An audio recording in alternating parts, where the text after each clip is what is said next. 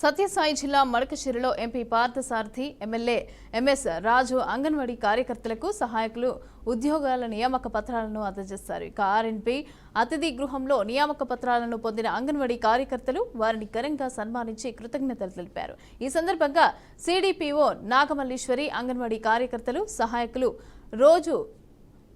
ఈ రోజు నుంచి విధులకు హాజరవుతారని తెలిపారు. గుడిబండ ప్రాజెక్టుకి సంబంధించిన 5 మండలాల నుంచి 6 మంది అంగన్వాడీ హెల్పర్లకు అంటే కొత్తగా సెలెక్ట్ అయ్యారు.